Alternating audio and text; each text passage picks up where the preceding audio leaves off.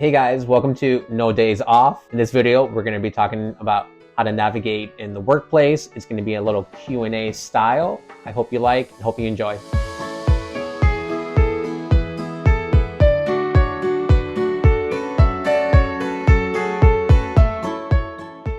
Okay, Gus, we're gonna hit you with a hard-hitting question first. Go for it. What's your favorite color? Blue all day. What was one of your earliest life lessons? At 22 years old, one of my directors telling me that if you work just enough, you'll make just enough. What are your thoughts on imposter syndrome? Great question. I want to be sensitive on this topic, but my view on imposter syndrome is this. For me, it's an emotional state. And what that means is that you feel that you can't do something, you feel restricted. The biggest thing about that is feelings aren't facts. For me, I like to dive a little deeper. And I think it deals with more of a confidence issue more than anything else. I can tell you from experience that confidence destroys doubts. In order for you to gain confidence, you have to do things that go outside of your comfort level. So for me, I like analogies. That's how I understand, that's how I learn. And so for me, I like to look at it this way. The more you do hard things, the more you are more consistent with these hard things. Think of it as a bank. And every time you do something hard, and so that's like you work out 4 days a week and you've done it for 6 months, those are coins that are going into that bank. You are great at a presentation, this big time project at work, you killed it. It's another coin inside that bank. Then you'll realize that over years, 5, 10, 15 years down the line, your bank is going to be full. So you're building all this equity into your confidence. The great thing about confidence is this too. It is a skill, and it's a skill that you can learn. What's one thing you'd want to be gate broken? I never liked how when people say that leaders are born, I think they're made. And what I mean by that is I vividly remember being in my mid-20s and being in presentations and being in meetings and seeing people kill it in a room. So they kill a presentation, they're charismatic, they're charming, they're able to connect with the audience. And I remember thinking to myself, that'll never be me. What I've come to realize is that there's always the exception to the rule. Yes, we've all met people who are natural born leaders, and I don't want to minimize or take that away. But for the most of us, for the majority of us, it's going back to what I mentioned about confidence, it's a skill.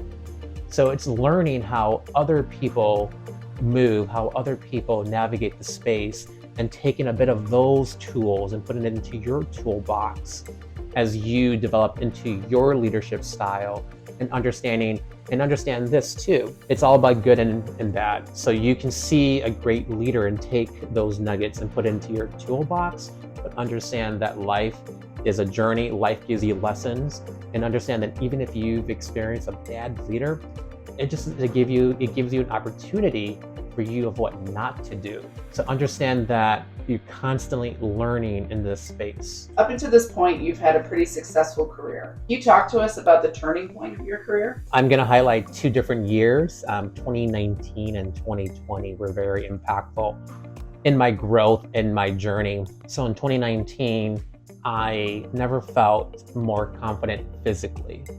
And so I lost the weight, I grew out my hair, grew out my beard, and was definitely feeling myself. It's so interesting to see how confidence in a personal level, on a physical level, translates into being much more confident in the workplace. And so in 2019, I felt I needed a change in my career. And I had gone on 5 different interviews that year where I made it to the final round. And 2 of those 5 instances, I was actually flown to Nashville and Portland for those career opportunities. And I didn't land any of those 5 jobs. It was so crushing. I felt defeated, but something about me that I hope that you guys can take with you is that there's life lessons in everything. So for me, what I did is I had to really look deep down inside of myself and figure out what was going on. Once I did that audit on myself, I realized a few things. I realized that I was going into these interviews being a bit too humble.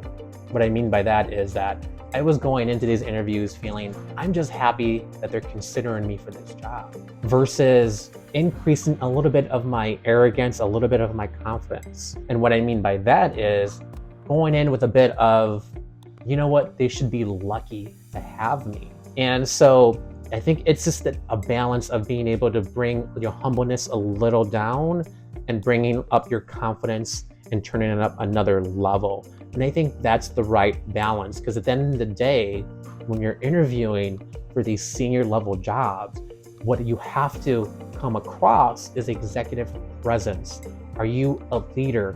Can you be decisive? Can you give commands? Can you do that? And so for me, I felt like being too humble in these job interviews didn't really illustrate my leadership qualities. But 2020 was probably even more motivating for me than 2019, even though 2019 was a very important year for me. So in 2020, in March in particular, my position was eliminated at my job. I had been there for 6 years. I felt devastated for numerous reasons. One of it being that I put my entire identity into my career.